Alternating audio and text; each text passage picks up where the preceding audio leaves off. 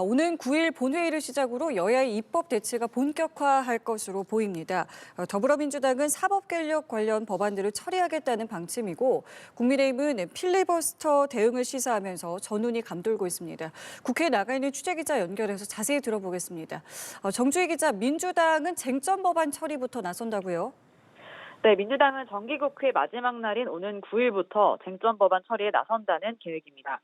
대법관 증원, 법원행정처 폐지, 법 왜곡죄 등 사법개혁 관련 입법을 연내에 완수하겠다고 밝힌 바 있는데요. 내란 전담 재판부 추진도 차질 없이 진행하겠다는 입장도 재확인했습니다. 내란 전담 재판부 설치를 차질 없이 진행할 것이고 추가 특검 구성 여부도 본격적으로 검토해 나갈 계획입니다. 민주당은 국민의힘이 무제한 토론 필리버스터로 대응해 올 걸로 예상하고 필리버스터 유지 요건 강화법을 우선 처리할 것으로 보이는데요.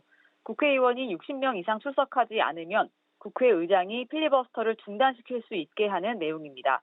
민주당은 이 법이 통과되면 대출석인 국민의힘이 본회의에서 국회의원 60명 출석 요건을 유지하기 어려울 것이라고 보고 있습니다.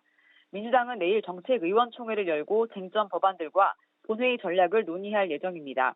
이 자리에서는 당내에서도 위헌 지적이 나오는 내란 전담 재판부에 대해서도 토론이 이뤄질 예정인데 우려를 불식하기 위해 면밀히 검토하겠다고 밝혔습니다.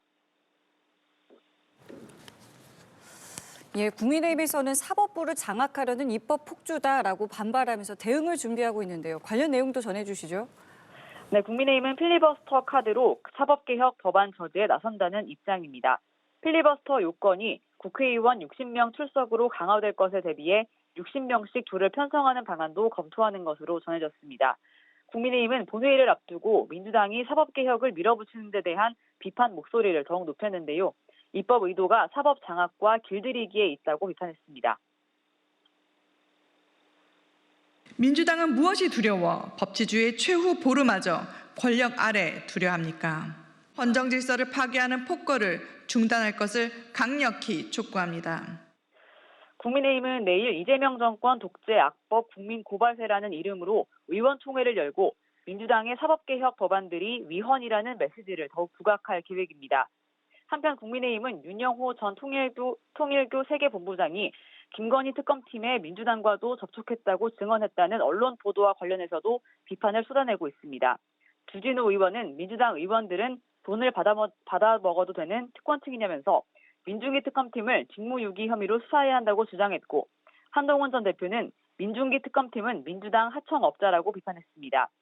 민주당 조승래 사무총장은 필요하면 당내에서 확인을 거칠 것이라고 밝혔습니다.